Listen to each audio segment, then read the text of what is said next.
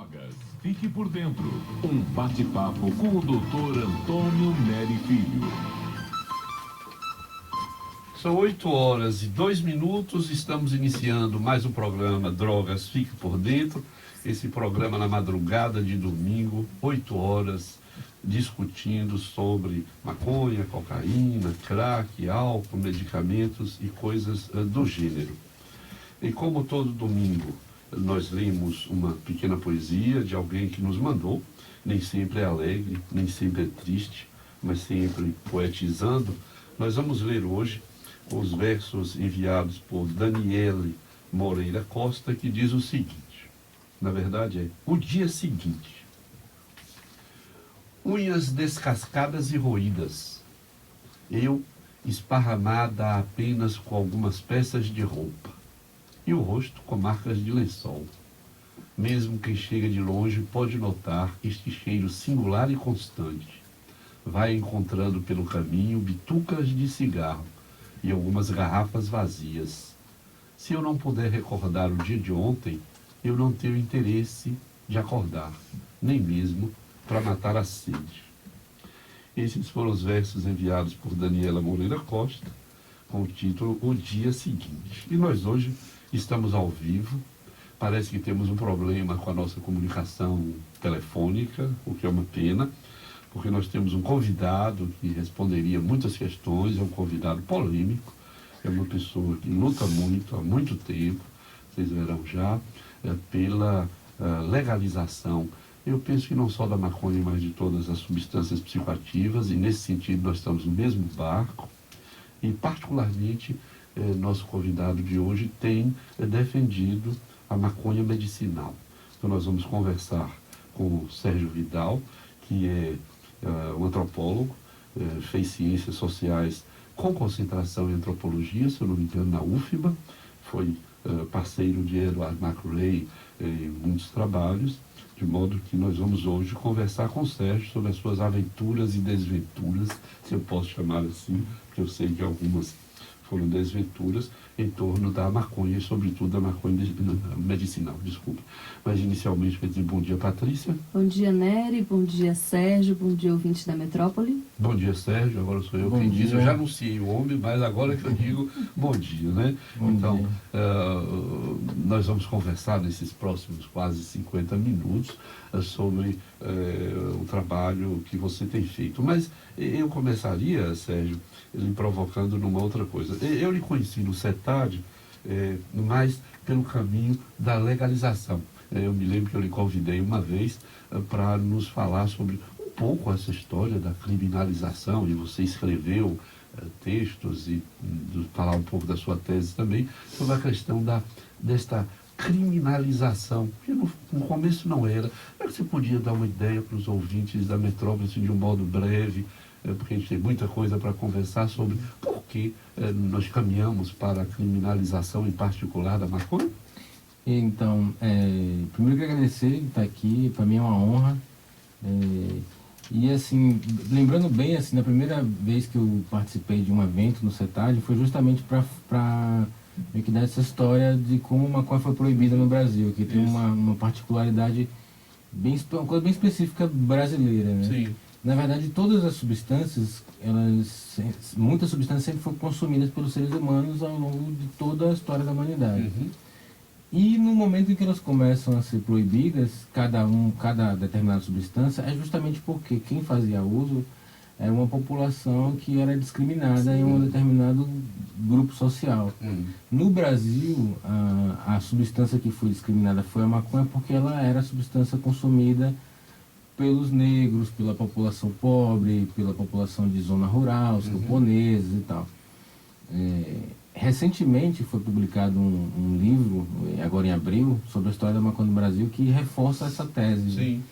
E ele argumenta uma coisa muito interessante, que assim, enquanto em outros países, isso também acaba justificando e ajudando a entender um pouco porque que no Brasil é tão difícil o avanço da luta pela legalização, Sim. enquanto que em outros países esse é um assunto já ultrapassado, assim, já foi discutido várias vezes no Supremo Tribunal de vários países, na Câmara de Deputados, no Senado, enfim, a questão da descriminalização da maconha e da legalização, enquanto que no Brasil isso continua sendo um tabu. Porque desde o começo da sua origem, do hábito cultural de consumir a maconha no país, ela é considerada um hábito de população pobre. Sim. Ela não é considerada um hábito estrangeiro, né? Um hábito exótico. Sim. Em outros países, na Europa, nos Estados Unidos não, mas na Europa principalmente, ela era um hábito de povos exóticos, Sim. de povos estrangeiros, era um... Ou De mais seja, fácil assimilação, então. e por conta disso era uma coisa chique, né? Uma Sim. coisa de status. Você consumia uma coisa que vinha de fora, do Oriente Médio, né? Então, você tinha no século XVIII, século XVII, tinham feiras de produtos estrangeiros e tinha um stand dos países onde se tinha consumo de haxixe e de maconha. E esses países vendiam isso como um hábito cultural exótico, como vem consumir chá. E nesses países europeus isso foi introduzido dessa maneira, como uma coisa de status, né? E aqui no Brasil não. Aqui no Brasil, as substâncias que foram introduzidas como estrangeiras, exóticas e por isso que davam status eram os chamados vícios elegantes. Sim. Era cocaína, era éter, era ópio. Sim. Eu me lembro das histórias das heteromanias do século XIX, das pessoas cheirando éter e morrendo, porque o éter mata com facilidade. Enquanto que a maconha era um exótico, mas do exótico pobre, do exótico miserável, da senzala. É tipo quase uma coisa assim supersticiosa, coisa de camponês, uma coisa de zona rural, digamos assim. Sim. Uma coisa que o cidadão urbanoide não quer para ele, um status que ele não quer. Assim como as pessoas param de querem consumir coisas industrializadas e tal, também não vão consumir uma planta, né, que tem uma origem natural e que tem uma relação com o povo camponês. Então, não querem mais hábitos de zona rural, querem a coisa urbana da modernidade. Então, você quer dizer que essa marca ela ainda se faz presente, apesar de que hoje esse consumo ele é muito diversificado em todas as classes sociais e culturas? A gente convive hoje, digamos assim, com não dois, né? São várias culturas do uso da maconha. Sim. Mas a gente pode separar dessa maneira. Tem ainda uma grande parte da sociedade que vê dessa maneira, né? É uma coisa ou de pobre, ou de marginal, ou de criminoso. É sempre muito pejorativamente taxado. E isso é uma coisa bem brasileira mesmo. Assim, a gente tem um histórico da época quando foi proibida, em 1930. Toda a justificativa era em torno da população urbana, né, dos negros, dos mestiços que estavam cometendo crimes por conta da influência sobre a maconha. Isso é o que se dizia, Isso é o que se dizia, exato. Tem um estudo aqui na UFBA, acho que se não me engano, um mestrado de medicina, que o rapaz analisou, acho que na década de 40 e 50, o jornal à tarde. Sim. E mostra isso. Antônio Cardoso.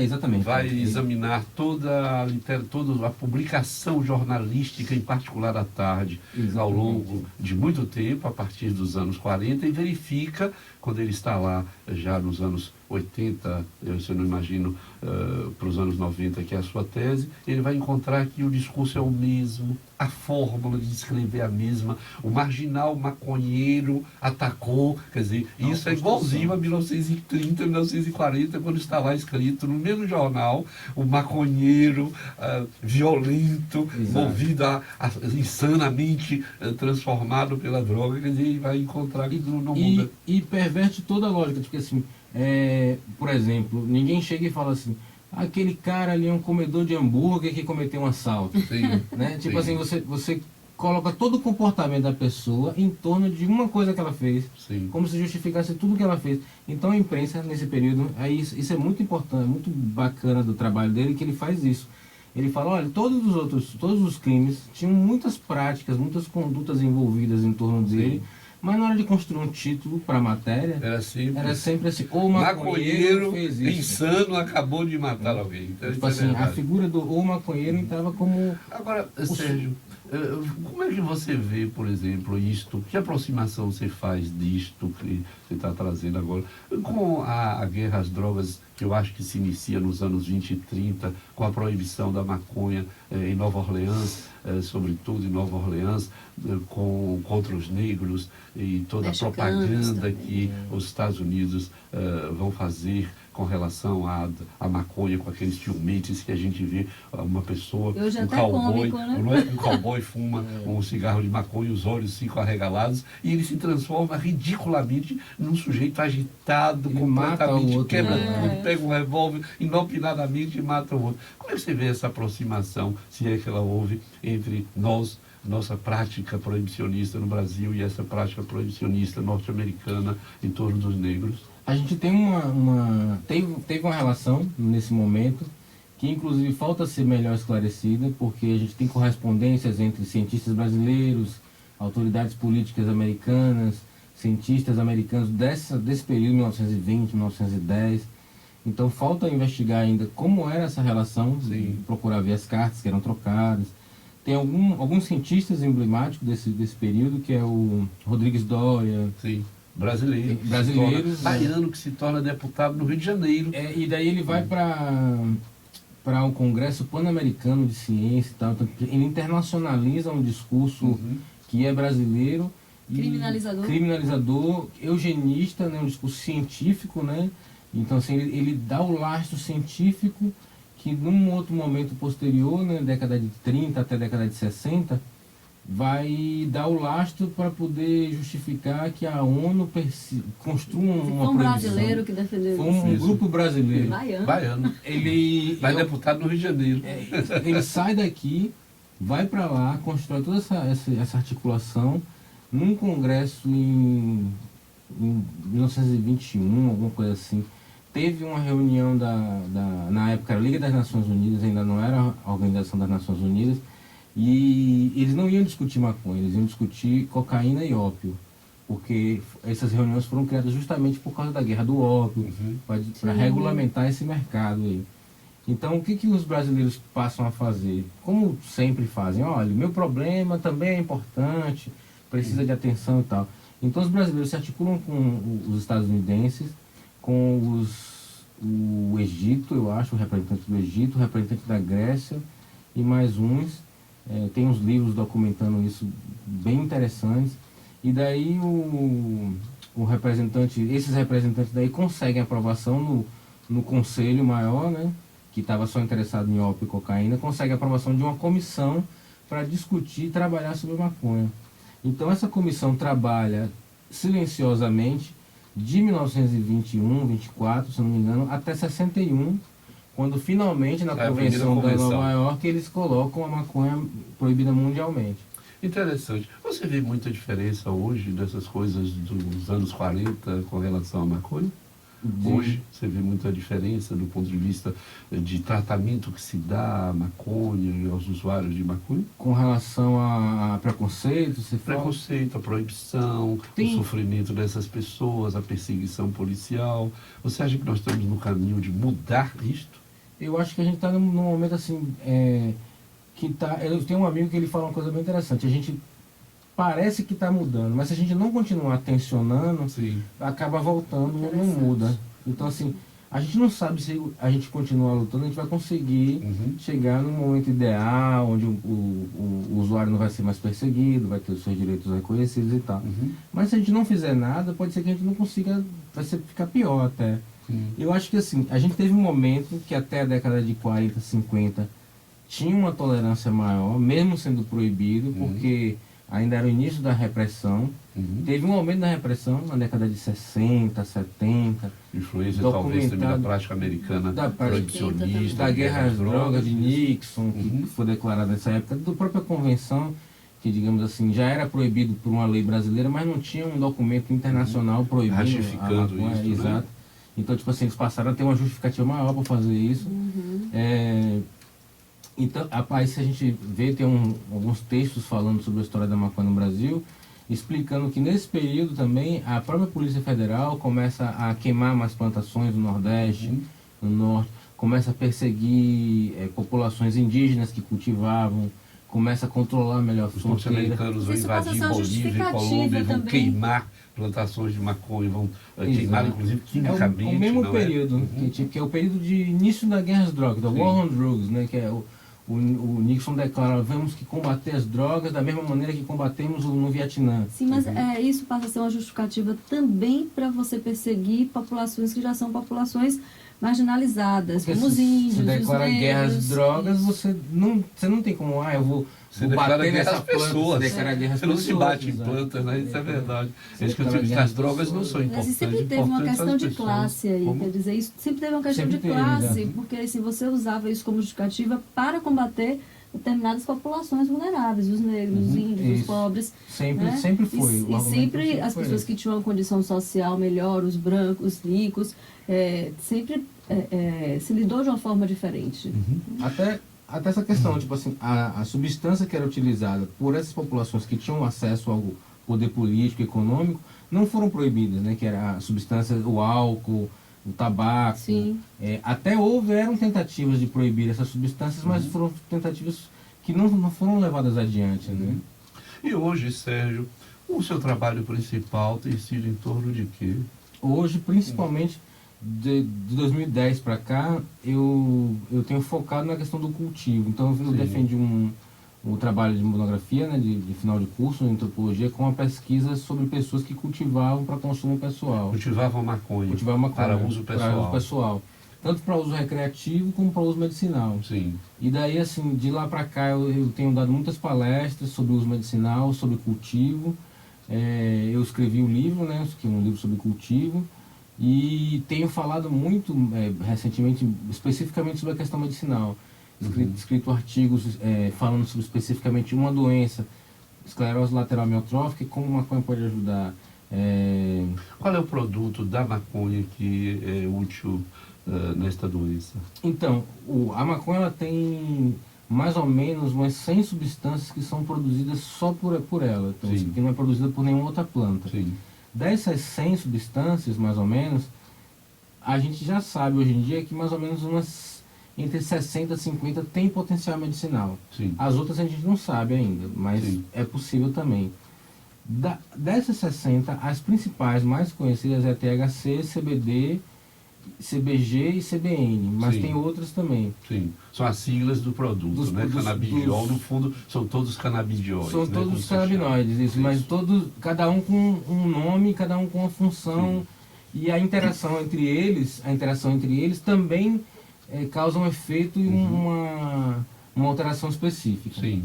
O mais polêmico é o THC, Sim. porque ele tem como efeito colateral, digamos assim, em algumas pessoas, ele dá prazer, ele causa sensação de prazer. Então, isso Você falou em algumas pessoas. em algumas pessoas, em outras ele não causa prazer, em outras essa sensação de prazer, que para uns é prazer, em outras é desprazer, é desconforto. A gente tem relatos de pacientes que, assim, relato escrito na internet, literatura, de gente que se sente tão incomodado com o efeito mental do THC do que com a quimioterapia, porque de fato, se a pessoa não está acostumada, pode dar ansiedade, pode dar uma certa paranoia, ou como todo efeito colateral, todo efeito psicoativo pode causar um desconforto mesmo, a pessoa pode não gostar do Isso efeito. THC. Isso THC. Mas, por exemplo, o CBD, que é utilizado Mas as como outras medicamento, todos não tem, nenhum tem esse não tem efeito esse efeito psicoativo. Então só o THC tem. Aí o que acontece hoje em dia? Cada planta de cannabis tem uma proporção de um ou de outro canabinoide, né? Sim. De CBD, THC e tal.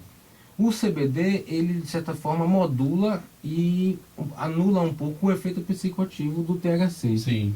Então ele pode ser usado também para modular esse efeito colateral do THC de ser psicoativo. Mas Sim. também tem variedade de cannabis que não tem THC ou tem menos de 1% de THC. Então Sim. o efeito psicoativo é Praticamente inexistente. nulo. Não tem efeito psicoativo nenhum. Uhum. Mesmo fumado, né? Que não é o caso do uso medicinal. É o uso, normalmente o uso medicinal ele é feito de outra maneira. Ou você come ou ingere um comprimido, um óleo. Já tem comprimido? Tem comprimido. Existe. Ou óleo, como ou se óleo dizia, que porque é um produto que não é solúvel em água, é solúvel Exato, em éter, em produtos orgânicos. Então você pode ter um óleo de cannabis onde você tem a maior ou menor concentração de um desses canabinóis. Nós temos dito duas palavras diferentes, Sérgio e eu tenho dito canabinóis, ele tem dito canabinoides, mas é a mesma coisa. Tanto vai dizer canabinóis, que são os produtos derivados da cannabis-sativa, a maconha, por isso eles são chamados de canabinóis, e alguns escrevem canabinoides, que é a mesma coisa, são os mesmos produtos desta planta milenar, porque é uma planta conhecida há mais de 9.000 anos antes de Cristo, quer dizer, não é uma plantinha qualquer, já foi utilizado não só na indústria, mas como na medicina, como você está trazendo, como um sedativo, mas não há produto que não tenha um efeito colateral.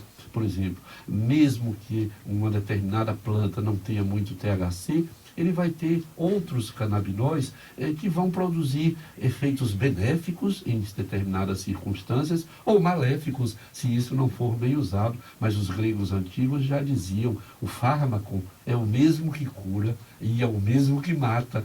Isso quer dizer que qualquer antibiótico, a penicilina, que nós louvamos a Deus nos ter permitido descobrir por Fleming, um cientista, a penicilina é capaz de matar pessoas que sejam alérgicas à penicilina. Quer dizer, nós precisamos pensar nisso de um modo mais largo, e é nesse sentido que eu queria voltar a falar com você. Que doenças, nós sabemos, a mídia tem tratado muito das autorizações e das proibições que a Anvisa tem dado para a importação de produtos derivados da cannabis-sativa, da maconha, para tratamento de determinadas doenças refratárias a vários produtos, sobretudo as convulsões refratárias aos tratamentos. E é nesse sentido que eu acho que você tem trabalhado mais nessa direção medicinal, é isso mesmo? Que, assim, só complementando a pergunta, até para esclarecer para os ouvintes, tem uma complexidade enorme no que você está falando. Então, não é qualquer maconha que, eu estou com tal doença, eu vou usar porque ela é medicinal. Sim. Tem aí determinados cultivos. Todo um cultivo, toda uma regulação, não é? Exato. Quando a gente está falando, isso é importante deixar bem destacado. Quando está falando de maconha medicinal, a gente está falando de uma planta que vai ser cultivada num determinado padrão, selecionada, com cuidado, higienização. Não é só jogar semente lá no mato e deixar crescer e usar, não, né? E principalmente, assim, para alertar as pessoas, não é qualquer maconha. Você, eu estou doente, eu vou comprar maconha na boca e vou usar. Não pode, assim. Porque geralmente que é vendida para fumar, né? Ela tem mofo, ela está contaminada, ela tem uma série de coisas que vão acabar tornando ela um produto nocivo. Sim. E não um remédio. Sim. Então, assim, também é importante destacar isso. Claro, porque nego mistura. Eu acho que é ótimo, Patrícia Sérgio está trazendo isso, porque quando a gente ouve na mídia, ouve pessoas dizer, maconha medicinal, pensa que é qualquer maconha. Nesse sentido, eu acho que você tem toda a razão, e você tem sido líder, um dos líderes no Brasil, desta maconha medicinal, do uso da maconha medicinal, mas, sobretudo, eu acho que é preciso tornar mais claro, e nesse sentido, acho que nosso programa hoje está fazendo isso, como tem feito com outros, em outras discussões, é dizer que não basta ser maconha. É preciso ser uma maconha específica, cuidada de modo específico, para que ela se torne medicinal. E eu acho que nesse sentido é que você tem sido, eu repito, uma liderança no Brasil de mostrar que isso é possível, mas que precisa ter cuidado. Não pode ser de qualquer jeito, nem de qualquer modo. Tem que ser, além de ser selecionada para determinada doença, com determinada quantidade de fitocannabinoides e tal, ela tem que também ser preparada. Então, tipo assim, fazer um baseado e fumar ou vaporizar não é o remédio, não é o uso medicinal. Pouquíssimos casos vaporizar pode ser uso medicinal. Então, por exemplo, esclerose múltipla, que a pessoa precisa de uma dose muito mínima, aí ela pode vaporizar. Para poucas doenças você usa vaporizado. A maior parte das doenças você faz algum produto ou algum preparado. Pode ser um comprimido, pode ser um spray sublingual, pode ser... Enfim, tem uma pomada, pode ser uma série de produtos diferentes. Outra coisa que eu acabei esquecendo de falar, que é uma maneira que as pessoas têm consumido muito para controlar o efeito psicoativo, é que o THC ele só é ativo, né, psicoativo, quando ele é aquecido. Quando ele é decarboxilado, que é aquecido a mais de 100 graus. Sim. O usuário comum, né, que fuma baseado para curtir um barato, ele não se dá conta que ele faz o processo de decarboxilação porque ele aperta o baseado, acende e ele faz a decarboxilação do THC, que é transformar o THCA, que é o THC ácido, em THC, com a brasa do baseado, sem nunca ter pensado sobre o assunto. Mas na planta, in natura, não tem THC, só tem THCA, Sim. que ele processa na temperatura com a brasa do baseado. Sim, isso é interessante também. Quando um farmacêutico, um produtor de remédio, né, a base de cannabis, vai produzir um medicamento, eles têm o chamado a cannabis crua e a cannabis decarboxilada. Tem a mesma coisa o óleo também, tem o óleo cru e o óleo decarboxilado, né? O óleo cru, ele tem muito THCA, ou seja, ele tem as mesmas propriedades medicinais que o THC, mas ele não é ativado, ele não tem o efeito psicoativo. Isso é interessante. Já a cannabis crua, né, no caso, já o decarboxilado, que é o óleo, aqueles que passam por um processo de aquecimento, ele tem um efeito psicoativo. Então, quando tem THC, né? Então, essa é uma questão importante também. O que tem que ser aconselhado para muita gente que precisa de grande quantidade de THC, porque tem algumas doenças que precisam de THC, por mais que ele tenha um efeito colateral, então tem algumas doenças que precisam. Então, o que tem que ser aconselhado às pessoas que precisam do THC, e ou são crianças, ou são pacientes que não gostam do efeito psicoativo, do efeito colateral, é usar a cannabis crua, né, que é chamada cannabis crua. Né? Você pega a flor, ou pega algum produto à base da flor crua, sem ter decarboxilado, e processa. E está na moda no uso medicinal nos Estados Unidos usar suco, como se bate suco de couve ou um suco fresco, né? E é a mesma coisa, você bate a flor fresca e consome. Disso tudo que você está nos dizendo, Sérgio, eu acho fundamental, eu faria quase como um jargão, é que não basta ser maconha. Por exemplo, você está trazendo aqui que nós fazemos um discurso o tempo todo, a maconha mata, a maconha é ruim, a maconha faz isso, a maconha transforma as pessoas, quando você está nos trazendo hoje essas informações que não basta ser maconha. Quer dizer, a mesma planta, quer dizer, pode ter concentrações diversas. O modo de utilização da planta vai também implicar em ter efeitos psicoativos ou não, você acaba de nos dizer isso, em função do modo como ela é introduzida no organismo. Se ela é aquecida e entra via pulmonar, ela encontra um grande espaço de absorção e vai encontrar, sim, o organismo vai interagir com a parte psicoativa, com a molécula psicoativa, melhor dizendo, enquanto que em outras preparações, como você sugere agora, que nos Estados Unidos se faz como um suco, em que não há aquecimento e, portanto, não vai haver ativação do produto, da molécula psicoativa. Quer dizer, todas essas coisas me fazem dizer que não basta ser maconha, é preciso dizer de que maconha se trata, não é? Para que nós possamos ter os efeitos os mais diversos. Desculpa, eu estava falando sem desliguei, não é? Eu não sei o quanto os ouvintes ouviram, de longe talvez, mas eu dizia que não basta ser maconha, é preciso que haja uma definição de que maconha se está sendo usado. Nós estamos conversando com o Sérgio Vidal, que é um cientista social com sua formação principalmente na área da antropologia, e atualmente, eu não disse isso, preciso dizer agora, ele é presidente da Associação Multidisciplinar de Estudos sobre a Maconha Medicinal. Nós vamos fazer um breve intervalo e voltamos em seguida para continuar essa conversa absolutamente instrutiva sobre a maconha e seus usos com o nosso colega Sérgio Vidal. Até já, não saia daí. Ouvindo um programa sem preconceitos. Drogas. Fique por dentro com o Dr. Antônio Neri Filho. São 8 horas e 34 minutos, nós estamos de volta com o nosso programa Drogas Fique por Dentro, que é uma promoção da Rádio Metrópole e uma realização do Centro de Estudos e Terapia do Abuso de Drogas, o CETAD, da Universidade Federal da Bahia.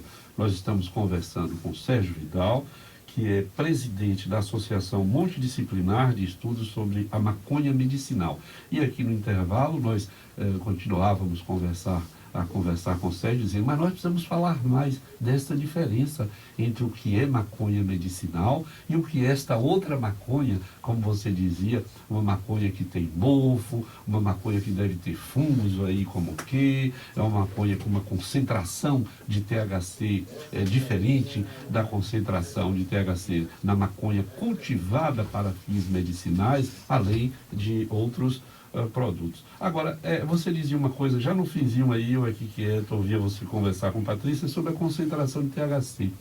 Eu sou dos que acreditam que uma alta concentração de THC pode produzir efeitos muito sérios para as pessoas, eu diria, usar uma expressão complicada, que uma disposição a adoecer mentalmente, não só com a maconha, mas com o estresse da vida, com o uso de outros produtos. E quanto maior a concentração de THC, maior a possibilidade destas pessoas sensíveis, chamemos assim, biologicamente, psicológica e socialmente vulneráveis, de desenvolverem alguns transtornos. Quando a concentração desse THC é menor, a possibilidade desses transtornos aparecerem também diminui acentuadamente. De modo que, novamente, nós estamos diante do fármaco, isto é, a concentração do produto, da molécula THC ou do canabidiol, por exemplo, pode ser benéfico numa circunstância, maléfica em outra. Benéfico para um que se diverte e não sente senão um relaxamento muscular, ouvir uma música, dançar, fazer algumas coisas na vida, enquanto que para outros, aquele mesmo produto, naquela mesma concentração, vai produzir algum transtorno. De modo que é sempre preciso avaliar as coisas e não colocar tudo no mesmo nível, como se todas as maconhas fossem iguais, como os álcoois não são iguais. Você tem vinhos de uva Malbec, vinhos de uva Cabernet Sauvignon, vinhos de uva Syrah, com concentração sempre de 13,5% de graus Gay-Lussac, mas você tem outros produtos dentro, você tem mais taninos, menos taninos, e vai produzir consequências diferentes em pessoas diferentes. Então, porque se isso é verdade para o vinho, nós sabemos, por exemplo, eu não sei quanto isso é verdade, Sérgio, que a cerveja brasileira, ela tem altas concentrações de vasodilatadores cerebrais, porque elas não fermentam no tempo suficiente. Então a nossa cerveja vem cheia de vasodilatadores, porque ela não teve tempo, o consumo é tão acelerado que ela não teve tempo de fermentar o quanto deveria. E eu conheço muitas pessoas que têm sérios transtornos de enxaqueca com o uso de cerveja. Eu penso que talvez haja uma verdade aí e que a nossa cerveja devesse ser mais longamente fermentada. Mas, enfim, o que eu estou querendo trazer para a sua discussão é de que não há uma só maconha, entre aspas, de que há diversas maconhas e que nós temos falado muito mal da maconha sem fazer as diferenças que você tem trazido hoje e que eu acho tão importantes. E aí, assim, que maconha é essa que a gente consome aqui no Brasil? Quando você falou essa questão de comprar maconha mofada, como ela é armazenada, isso quer dizer que se a gente tivesse uma regulamentação, uma vigilância em relação a esse produto. Vigilância epidemiológica, uma vigilância sanitária. Que maconha é essa que estamos consumindo, com que concentração, é isso? É isso. Na verdade, assim, quando a gente fala da maconha ou de qualquer outro produto, com a maconha a gente tende a uniformizar, tá? Porque ela é mais, digamos, mitificada. Sim. Então, quando ela é mais mitificada, a gente constrói uma coisa simbólica, mítica, e deixa ela lá paradinha e não pensa muito sobre ela. Ou a gente ama ou a gente odeia e pronto. Mas de fato, cada maconha, cada safra de maconha, cada forma como ela é cuidada, a forma como ela é secada, curada, armazenada, processada posteriormente, qual o produto que vai ser usado, tudo isso interfere tanto no efeito medicinal como no efeito psicoativo, né, digamos assim, colateral. E... Ô Sérgio, me desculpe, deixa eu lhe fazer uma interrupção, já que você respirou aí. Nós estamos com problema com nossos telefones, mas Renatinha acaba de nos dizer aqui que as pessoas interessadas em entrar em contato conosco podem mandar um e-mail para drogasfiquepordentro@gmail.com. Quem quiser colocar uma pergunta para Sérgio, discordar, contestar, acrescentar informações, manda um e-mail para drogasfiquepordentro, tudo junto, @gmail.com. Por favor, Sérgio. Daí, assim, cada planta, além de todas as variedades específicas do cuidado e tal, também tem a variação genética da planta. Então, o efeito que ela vai ter vai variar muito, né? E não só no efeito psicoativo, como no efeito medicinal, nos terpenos, que são as moléculas que garantem o cheiro, né, os sabores da planta, que também se sabe que tem a questão da aromaterapia, né, que essas moléculas também têm interferência na forma como o cérebro funciona. Sim. Então isso varia muito. Com relação à maconha que é consumida hoje no Brasil para uso recreativo, ela não é de maneira alguma, ela não tem o potencial medicinal que a gente fala da maconha, né? Porque o que acontece? A maior parte dessa maconha que circula no mercado para uso recreativo, ela está contaminada com mofo, ela está contaminada com bactérias. Um mito que circula entre os usuários é que, por exemplo, a maconha prensada, ela tem amônia, o traficante coloca amônia. Isso é um mito, mas é um mito com um certo fundo de verdade, porque, de fato, o que acontece? Quando a maconha está se estragando, ela libera da decomposição das folhas, ela libera um produto que, de fato, tem a molécula da amônia, então tem um cheiro de amoníaco. Sim, mas é pela degradação. Mas é pela degradação, porque ela está apodrecendo. É como Sim. se você pegar um queijo apodrecendo, ele vai ter um cheiro. Dependendo do específico. queijo, isso é até bom, viu, Sérgio? então. O apodrecimento de um gruyère da vida Aí no já- cara... Mas no caso da maconha não é Mas no bom. caso da maconha não. No caso da maconha o apodrecimento é ruim. mesmo, Qual não o é uma efeito fermentação, é um apodrecimento. Tem algum efeito no corpo consumir uma maconha tem um apodrecida? efeito negativo. Primeiro assim, quando a gente está falando de maconha, né, no caso, a gente está falando da planta que produz a resina. Sim. E o que se está buscando, tanto para efeito medicinal quanto para efeito psicoativo, é a resina, né, o óleo que a planta fêmea produz. Então tem vários estudos mostrando que o THC, os três principais fatores de degradação do THC é, primeiro, o contato com o oxigênio, né? Então, tipo assim, se a maconha não está embalada a vácuo, ela perde 12 a Rapidamente. 20% de THC por ano. Então, em um ano, ela vai perder quase todo o THC que ela tem, se ela estiver exposta ao ar. Depois a luz e depois a temperatura. E a gente sabe que tipo, o cara que produz a maconha ilegalmente, ele sempre está expondo ela a esses Sim. três principais Com fatores. Nunca ouvi ninguém dizer que Há comprou anos, Sérgio, eu maconha embalada a digo vácuo. isso, Sérgio, há anos que eu digo isso, e que essa maconha que nossos filhos e filhas usam aqui desde os anos 60 é uma maconha com baixíssimo teor de THC. Baixíssimo teor de THC. Pelo modo como essa maconha é armazenada, você imagina uma maconha guardada no pelourinho, embaixo de um colchão Numa cidade horroroso, úmida como é, como a Salvador, nossa, né? com um calor infernal, há uma degradação, e com essa luz, por exemplo, que tem em Salvador e o Brasil inteiro. Então há anos que eu digo isso, olha, os teores de THC da maconha produzida e comercializada no Brasil, por essas razões que nós estamos colocando aqui, é baixíssimo. Então tem um efeito muito mais psicogênico, muito mais você que imagina esse efeito do que realmente esse efeito é causado. Uma coisa que tem pela um relatório da ONU mostrando isso, e o brasileiro tem umas taxas assim de média de quantidade de gramas que a pessoa coloca em um baseado, num Sim. cigarro de maconha. O brasileiro é um dos povos que coloca mais quantidade em um baseado. E isso aí não vai dizer, é porque o brasileiro fuma demais, porque ele gosta muito do efeito. Não é, se for uma análise bem técnica, específica, objetiva, você vai ver que se um holandês, isso é uma tabela que tem no relatório da ONU, se um holandês gasta 1 grama para fechar até 5 ou 7 baseados, e um brasileiro coloca 3 gramas em um baseado, não é porque o brasileiro gosta de ficar mais chapado. Sim. É porque para alcançar o mesmo efeito, Sim, ele precisa de uma colocar um quantidade volume maior. muito maior. Aham. Porque o nosso THC é menor. É muito menor. E tem alguma substância na maconha que cause dependência? Tem uma discussão, né, sobre se causa dependência, se causaria um hábito e tudo mais. Eu acho que assim, mesmo que cause dependência, e aí eu não vou afirmar uma coisa ou outra, eu acho que assim, ela pode facilitar o desenvolvimento de um hábito e, de certa forma, um hábito de certa dificuldade de ser abandonado. Pode facilitar, sim, causar dependência, mas ela tem uma especificidade que é a substância da maconha, ela sai muito lentamente do corpo.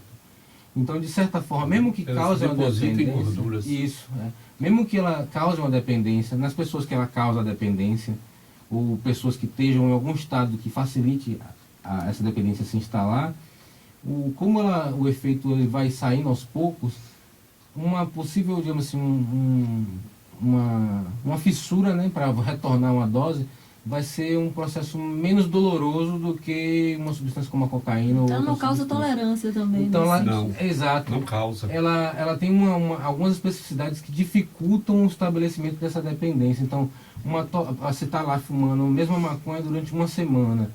Aí você até se acostuma com aquele efeito, mas não chega a ser uma tolerância, porque se você muda de lote, pode até ter a mesma concentração de THC, mas se você muda só a configuração, ou seja, uma planta de outra origem, o efeito já retorna com a mesma intensidade, o mais intenso ainda. Aí eu vou aproveitar, Patrícia, que nós temos muitos ouvintes, nós sabemos que nosso programa na madrugada de domingo, todo mundo que está acordado, andando por aí, está nos ouvindo. Eu acho que é preciso retomar isso.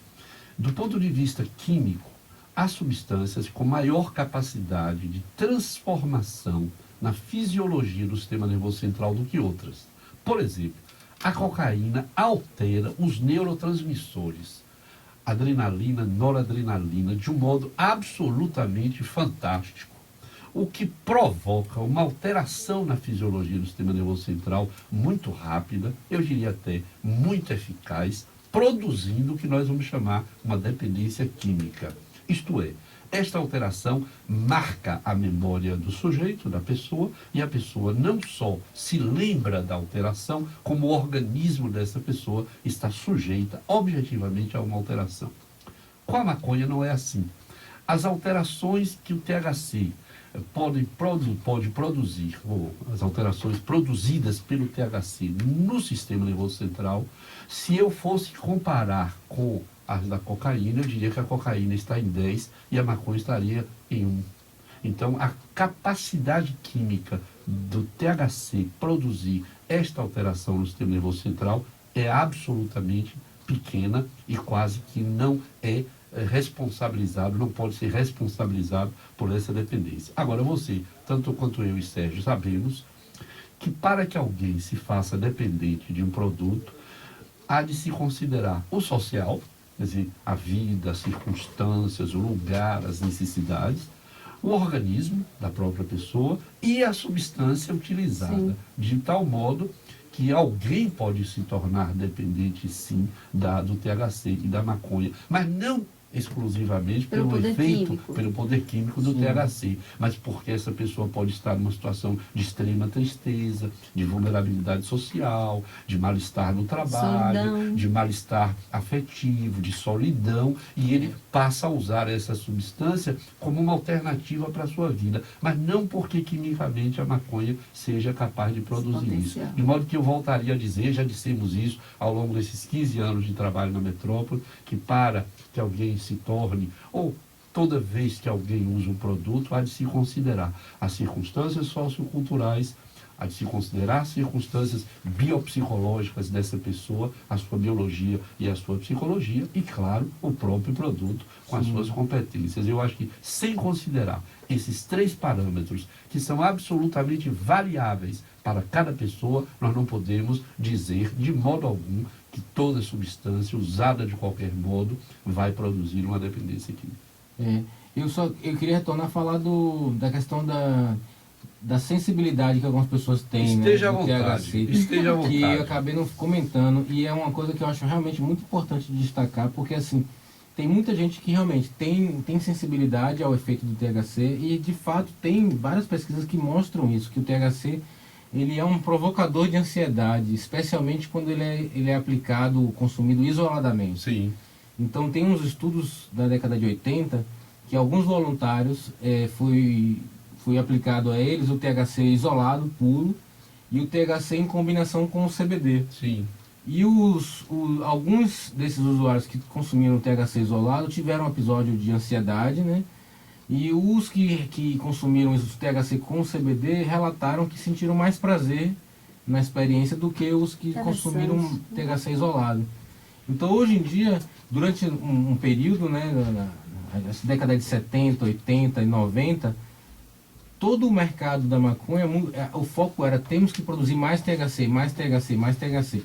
Depois descobriu o efeito do THC causava certa ansiedade e que ele isolado poderia provocar então uma certa paranoia, né? Um efeito negativo.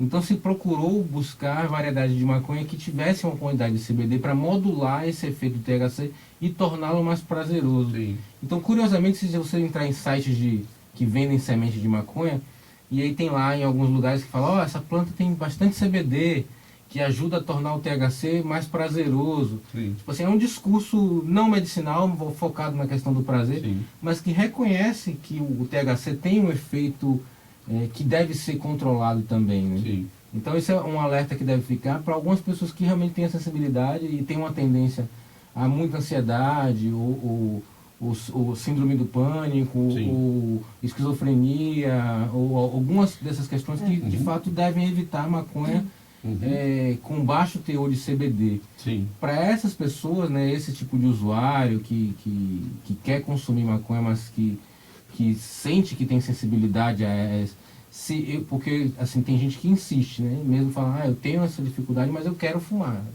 Então o que se sabe é que acima de 1% de CBD já tem um efeito de controlar a ansiedade que o THC provoca, que são chamadas variedades alto CBD. Né? Sérgio, os usuários eles chegam muitas vezes falando que agora a maconha está diferente, tem uma maconha prensada, tem mais THC. Isso é verdade? De fato, no Brasil a gente tem uns estudos que mostram como funciona o mercado, né, de produção, distribuição. Tem um professor sociólogo muito bacana que trabalha com esse tema, o Paulo Fraga.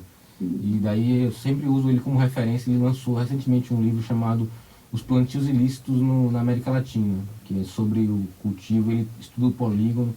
Então assim, a gente sabe hoje em dia, os dados da Polícia Federal também, que 40% do que é consumido no Brasil vem do polígono da maconha e das regiões do Piauí, também mais para cima, e algumas regiões também na Bahia, né? Tem o Triângulo da Maconha na Bahia. Era um triângulo, agora é um polígono, né? Agora é vários lados. Mas o restante, os 60% ou mais, vem do Paraguai, que de fato é um polo produtor, um país produtor que produz uma maconha diferenciada, que vem prensada, eles usam as prensas para facilitar o transporte, né? Ocupar menos espaço e tudo mais. E eles usam uma semente de maconha mais selecionada, eles têm técnicas melhores, eles têm mais conhecimento. De fato, a maconha prensada ela acaba sendo mais potente do que a maconha Ela teria solta. mais THC, é isso? Ela tem mais THC e tende a ter menos CBN. Isso reforça a minha posição, Sérgio, que nós devemos produzir a nossa própria maconha com as qualidades brasileiras, com cuidado brasileiro, em lugar de ficar importando maconha feita em condições genéticas, inclusive transformadas geneticamente, que a gente sequer como sabe. se consome, a gente nem sabe o que está consumindo, você não pode nem escolher. E tem acontecido um fenômeno, muita gente tem relatado, assim que eu converso com muitos usuários, e muita gente relata sem saber exatamente como, mas muita gente relata o seguinte: eu não gosto de fumar prensado porque o prensado me causa dor de cabeça, ou me deixa muito angustiado, ou usa outra palavra para definir o angústia e a ansiedade. E o que acontece? O prensado, ele não tem CBD e ele por ser um pouco mais conservado, às vezes ele não tem CBN também. O que é o CBN? É uma substância muito menos conhecida do que o CBD, que geralmente ele ou é geneticamente da planta, né, que são raras as plantas que tem, ou ela é processo de degradação do THC. E tem um efeito ansiolítico, né, ele segura a ansiedade e combate a ansiedade do THC muito maior do que o CBD até. E a maconha brasileira, digamos assim, o solto, né, que é chamado aqui do polígono, ela tem muito CBN, que é o que faz a leseira, né, a moleza, que muita gente fala, eu fumo solto e sinto uma moleza, e eu fumo prensado e fico agitado, fico falando e tal. Por causa disso, porque o prensado ele não tem o CBN e o solto ele tem o CBN. Então muita gente tem relatado essa paranoia, essa ansiedade quando fuma prensado, e é por conta disso. Pois é. É preciso ter informação. Para fumar é preciso saber o que está fumando. Mas antes de terminar, eu acho que é preciso ler esta dúvida do nosso ouvinte André Carvalho, que quer saber dos perigos ou os riscos de um fumante passivo da maconha. Eu vou me permitir responder isso dizendo: olha, André, não dá para comparar um fumante passivo de nicotina em que uma pessoa fuma 20 cigarros fechado no quarto, ou numa sala com ar-condicionado, com o chamado fumante passivo, de um cigarro de maconha, uma vez por semana, olhando o pôr do sol ali no solar do União. Não dá para comparar as Mas pode ser um uso condições. mais regular também, Senhora? uma vez por dia, 2 vezes por dia. Sim, pode até ser um pouco mais, mas não dá para comparar a intensidade de exposição de uma pessoa que está exposta em circunstâncias fechadas à nicotina, a pessoas que estão submetidas ao uso de maconha, porque o rito não é o mesmo, a quantidade não é a mesma, as circunstâncias não são as mesmas. Mas eu diria o seguinte: ninguém deve ser obrigado a ser fumante passivo. Eu acho que essa aqui é a questão. Eu acho que ninguém tem o dever, aspas, de ficar ao lado de uma pessoa que está, seja usando cigarro comum e tem nicotina, seja um cigarro de maconha. Agora, se cada pessoa quer ficar ao lado de outra que fuma isto ou fuma aquilo, aí eu estou sempre no campo da liberdade, em que a pessoa, tendo a informação necessária, evidente, ela possa escolher se quer ficar próximo ou não. Agora, do ponto de vista farmacoclínico e médico, não é uma pessoa, por estar ao lado de outra que fuma um cigarro de maconha ao longo de um dia, ou 2 ou 3 cigarros, como você coloca, Patrícia, que essa pessoa possa ser comparada a alguém que se expõe durante anos a 20 cigarros durante o dia e durante a noite com os fumantes passivos. Mas estão nos assinalando enlouquecidamente, do outro lado, que nós já ultrapassamos o nosso tempo. Eu olho para o relógio e vejo que são 8 horas e 55 minutos. O Zé está querendo nos tomar hoje alguns poucos minutos. Não podemos fazer nada, mas eu quero lembrar aos ouvintes que nós conversamos hoje com o Sérgio Vidal, que é um antropólogo, fez ciências sociais com concentração em antropologia, e ele é o presidente da Associação Multidisciplinar de Estudos sobre a Maconha Medicinal, e com ele nós conversamos hoje sobre as diversas formas de consumo, eu diria sobre as diversas maconhas. Eu vou repetir: não basta ser maconha, é preciso saber que maconha está se usando, e nesse sentido eu queria agradecer a Sérgio. Nosso programa é sempre faltante, falta sempre muita coisa, mas o que nós queremos é abrir o espaço, inaugurar a discussão sobre a maconha, sobre os medicamentos, sobre a cocaína, sobre os tratamentos, enfim, o nosso espaço é um espaço não de conclusão, mas um espaço de sempre início de alguma discussão que a gente retoma depois. Então eu queria agradecer, Sérgio, a você mais uma vez, desejar sorte e perseverança nesse trabalho que você tem feito.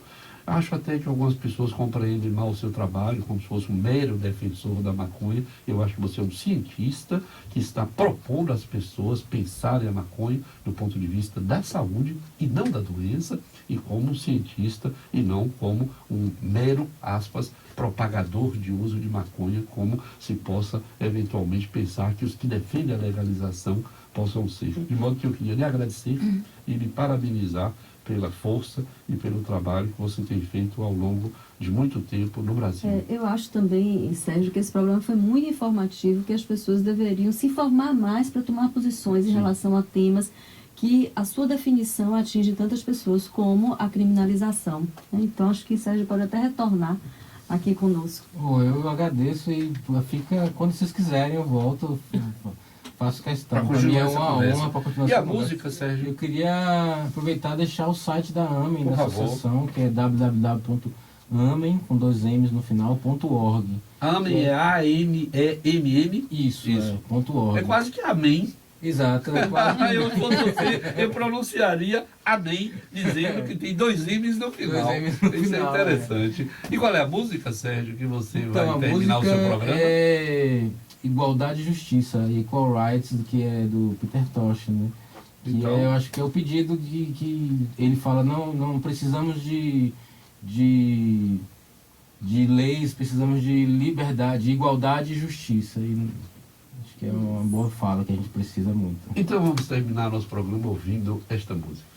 Até a próxima. Um grande abraço. Até.